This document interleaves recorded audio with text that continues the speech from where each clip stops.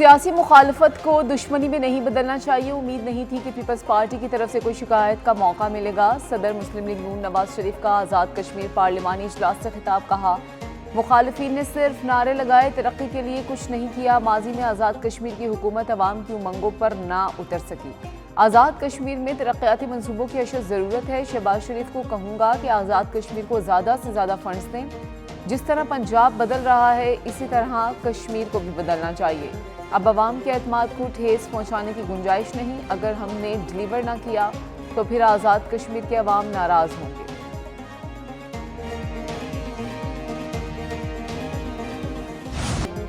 Peoples party Gilgit Baltistan میں دھاندلی کی بات کر رہی ہے، وہ وہاں نہیں جیتی۔ آزاد کشمیر میں ہار گئی تو دھاندلی کا الزام لگا دیا۔ وزیر اعلیٰ پنجاب مریم نواز شریف کہتی ہیں کہ پیپلز پارٹی نے نون لیگ پر آزاد کشمیر الیکشن میں دھاندلی کے الزامات لگائے۔ جن کے پاس آزاد کشمیر میں دینے کے لیے کچھ نہیں تھا ان کو عوام نے مسترد کیا۔ سڑکوں کا وعدہ اس لیے نہیں کر سکتے کہ ان کی جہاں حکومت ہے وہاں سڑکیں ٹوٹی ہوئی ہیں۔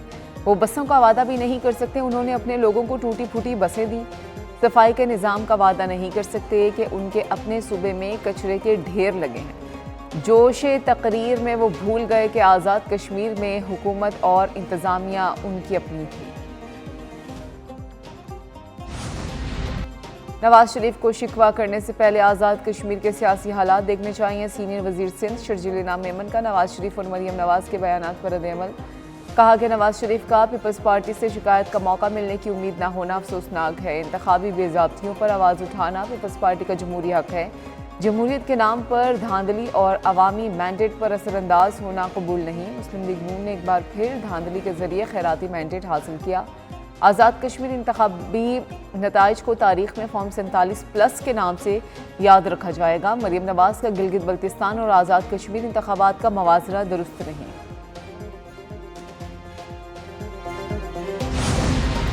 آزاد کشمیر کا اگلا وزیر اعظم کون ہوگا؟ صدر نون لیگ نواز شریف کی زیر صدارت مسلم لیگ نون کی مری میں اہم بیٹھک۔ وزیر اعظم شہباز شریف، وزیر اعلیٰ پنجاب اور حمزہ شہباز اجلاس میں شریک۔ وفاقی وزراء، سینئر پارٹی رہنما اور نو منتخب ممبران اسمبلی نے بھی شرکت کی۔ اجلاس میں آزاد کشمیر میں حکومت سازی سے متعلق تمام امور طے کیے گئے۔ پارٹی قیادت کی طرف سے وزیر اعظم آزاد کشمیر کا اعلان کیا جائے گا۔ ذرائع کے مطابق مسلم لیگ نون آزاد کشمیر کے صدر شاہ غلام قادر وزارت عظمیٰ کے مضبوط ترین امیدوار ہیں۔ طارق فاروق کرنل ریٹائرڈ وقار اور راجہ فاروق حیدر بھی وزارت عظمیٰ کی دوڑ میں شامل۔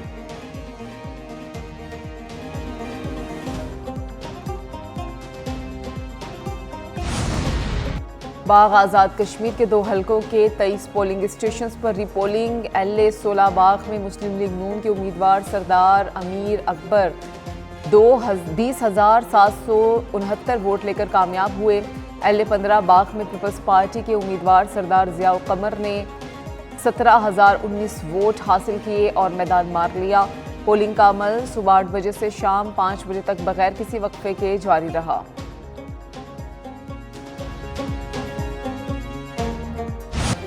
صدر ڈونلڈ ٹرمپ کا اپنا ہرمز کو جلد امریکی علاقہ قرار دینے کا اعلان۔ کہا کہ امریکہ ایران کو اقتصادی طور پر سخت نقصان پہنچائے گا۔ مہنگا فیول برداشت کر لیں گے، ایران کو ایٹمی ہتھیار حاصل نہیں کرنے دیں گے۔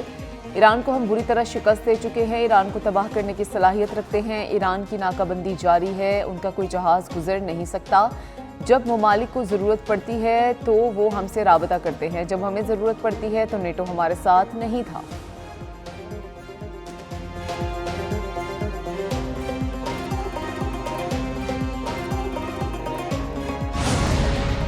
امریکہ سے مذاکرات دوبارہ شروع کرنے کا فیصلہ نہیں ہوا۔ ایرانی وزیر خارجہ عباس عراقچی کہتے ہیں کہ پیغامات کے تبادلے کا مطلب مذاکرات نہیں، مذاکرات کی بحالی فی الحال غیر یقینی ہے۔ قطر اور پاکستان کے ذریعے سفارتی رابطے جاری ہیں۔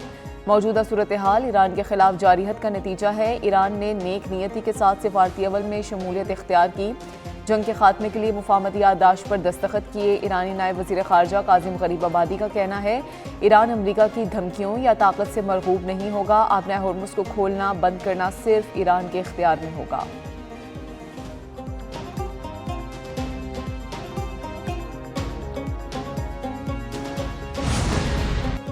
ترجمان ناری وزارت خارجہ اسماعیل بقائی کی امریکی نظام حکمرانی اور خارجہ پالیسی پر تنقید۔ کہا امریکی نظام حکمرانی اور خارجہ پالیسی جھوٹ پر انحصار کرتی ہے۔ بقائی نے امریکی پالیسی پر دستوفسکی کے ناول کا حوالہ دے دیا، کہا کہ جھوٹ بولنے والا اپنے ہی جھوٹ پر یقین کرنے لگتا ہے، جھوٹ انسان کو اپنے اندر اور باہر کی حقیقت سے دور کر دیتا ہے۔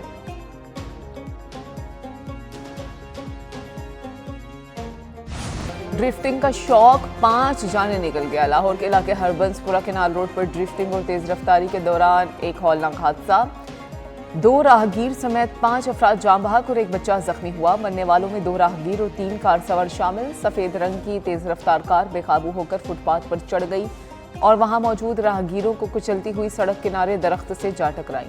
جاں بحق افراد میں 15 سے 20 سال کے جوان شامل۔ ریسکیو کے مطابق ماں اور 2 بچے بھی گاڑی کی زد میں آ گئے۔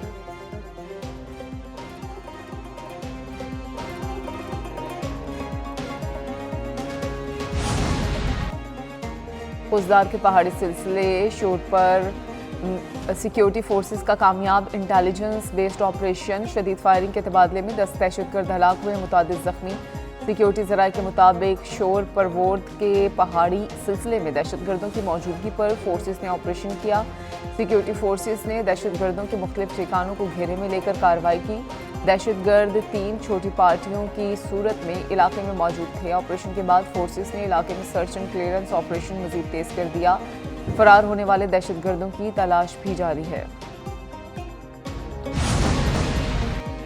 سوابی میں دریائے سندھ میں نہاتے ہوئے 5 افراد ڈوب گئے۔ ریسکیو آپریشن کے دوران ایک نوجوان کی لاش نکال لی گئی، 4 کی تلاش جاری۔ دریائے سندھ میں ڈوبنے والوں کا تعلق مختلف علاقوں سے ہے۔ ریسکیو حکام کے مطابق تیز بہاؤ کے باعث ریسکیو آپریشن میں مشکلات کا سامنا۔ مانسہرہ میں دریائے کنہار میں 2 افراد ڈوب کر جاں بحق، دونوں افراد دریائے کنہار میں نہاتے ہوئے تیز بہاؤ میں بہہ گئے۔ ریسکیو اہلکاروں کے مطابق جاں بحق افراد کی شناخت کامران اور صلاح الدین کے نام سے ہوئی۔ ریسکیو غوطہ خوروں اور مقامی افراد کی مدد سے دونوں افراد کی لاشیں نکال لی گئیں۔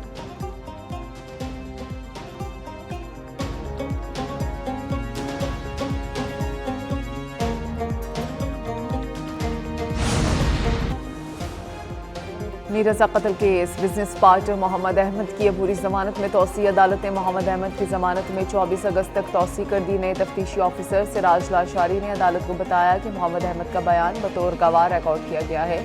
میر رضا سے رابطے میں رہنے والے 35 افراد سے تحقیقات جاری۔ عدالت نے تفتیش میں سست روی پر تشویش کا اظہار کرتے ہوئے کہا، ایک شخص کا قتل ہوا ہے، حقائق سامنے لائے جائیں۔ عدالت نے پولیس کو محمد احمد کو ہراساں کرنے سے روک دیا۔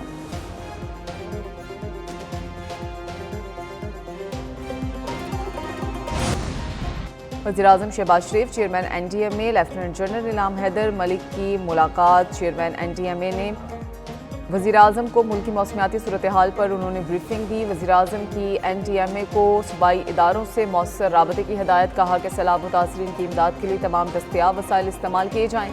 این ڈی ایم اے کا خیبر پختونخوا میں امدادی کارروائیاں جاری رکھنے کا اعلان، سیلاب متاثرین کی بحالی کے لیے امدادی سرگرمیاں جاری ہیں۔